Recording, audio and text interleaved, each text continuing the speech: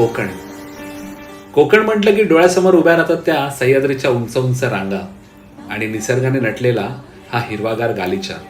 हीच सुंदरता वर्षानुवर्ष कोकणाकडे आकर्षित करत आली आहे.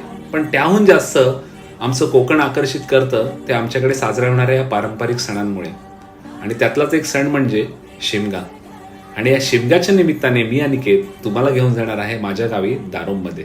सण शिमग्याचा आयलाय रे आमचे गावा.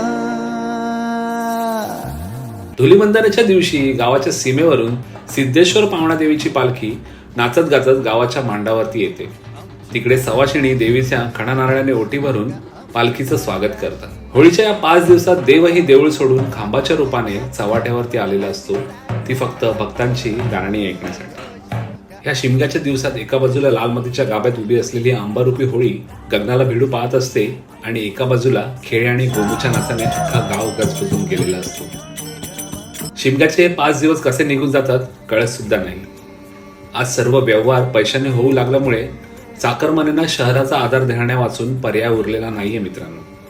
पोटासाठी दाही दिशा पसरलेल्या कोकणी माणसाला आजही लाल मातीची, आपल्या कौलारू घरांची आणि पडीक बनलेल्या जमिनीची ओढ लागली आहे, ती फक्त आणि फक्त जत्रा, गणपती आणि या शिमग्याच्या निमित्ताने.